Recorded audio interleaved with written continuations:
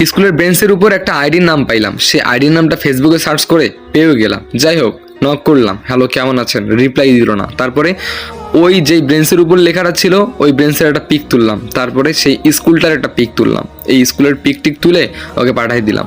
সঙ্গে সঙ্গে সিন করলো, তারপরে রিপ্লাই দিল, হোয়াট, আপনি বেঞ্চের মধ্যে আমার অ্যাকাউন্টের নামটা পাইছেন তারপরে আমাকে নক দিয়েছেন? আমি বললাম যে হ্যাঁ। যাই হোক বলেন, যেহেতু আপনাকে নক দিয়ে ফেলছি আপনার বাসাটা কোথায়? তখন সে বলল, না আপনি নক দিয়েছেন ভালো কথা, আমি ভাবতেও পারি নাই যে কেউ এইভাবেই নক দিবে।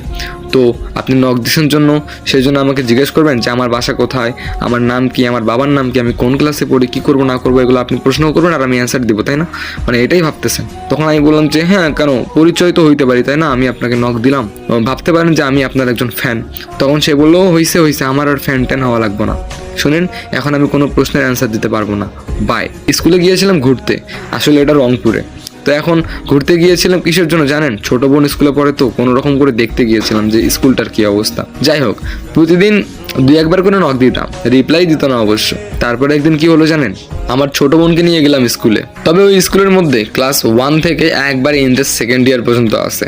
আর আমি জানি না যেই মেয়েটাকে আমি নক করছি সেই মেয়েটা কোন ক্লাসে পড়ে। ছোট বোনকে নিয়ে গেলাম, আর আমার ছোট বোন ক্লাস 3-তে পড়ে। ছোট বোনকে ক্লাসে বসিয়ে দিয়ে আমি মাঝে সাঝে স্কুলটা একটু ঘুরে ঘুরে দেখতাম, কিন্তু কখনো সন্দেহজনকভাবে কোনো মেয়েকে সন্দেহ লাগে নাই যে এই মেয়েটারই অ্যাকাউন্ট। কি আর করি, প্রতিদিন নক দিতাম, হালকা পাতলা রিপ্লাই দিত। তবে একদিন মাথার মধ্যে একটা বুদ্ধি আসলো, না ছোট বোনকে একটা পিক দেখানো যাক। তারপরে ফেসবুক অ্যাকাউন্টে ঢুকে সেই মেয়েটার পিক দিয়ে দিলাম ছোট বোনকে। ছোট বোন দেখলো, দেখে বললো, এই আপু তো অনেকদিন থেকে আসে না। আমি বললাম যে ও, এই জন্য আমার চোখে পড়েও না আর কাউকে সন্দেহও লাগে না, কারণ স্কুলের মধ্যে অনেক মেয়ে আছে বোরকা পরে আসে, কেউ কেউ মুখের মধ্যে মাস্ক পরে আসে, মুখ তো দেখাও যায় না। আর আমি অত পপুলারও নই যে চোখ দেখলেই বুঝে যাব কোনটাকে। যাই হোক, ছোট বোন চিনছে, কিন্তু মেয়েটা নাকি স্কুলে আসে না। একদিন মেসেজ দিলাম, আপনি স্কুলে আসেন না কেন? তারপরে দেখলাম সিন করে রিপ্লাই দিল, আমি স্কুলে যাই কি না যাই আপনি কি আমাকে ফলো করেন? আমি বললাম যে হ্যাঁ, আমি আসলে মানে আপনাকে ফেসবুকে দেখলাম, তো তো কখন আর কি স্কুলে দেখা হয়নি। তখন মেয়েটা বলল, আসলে আমি স্কুল ছেড়ে দিয়েছি। আমি বললাম যে ও আচ্ছা, তাহলে চলেন একদিন মিট করি। তখন মেয়েটা বলল কি জানেন, আপনার সঙ্গে দেখা করার কোনো রকম ইচ্ছাই আমার নেই।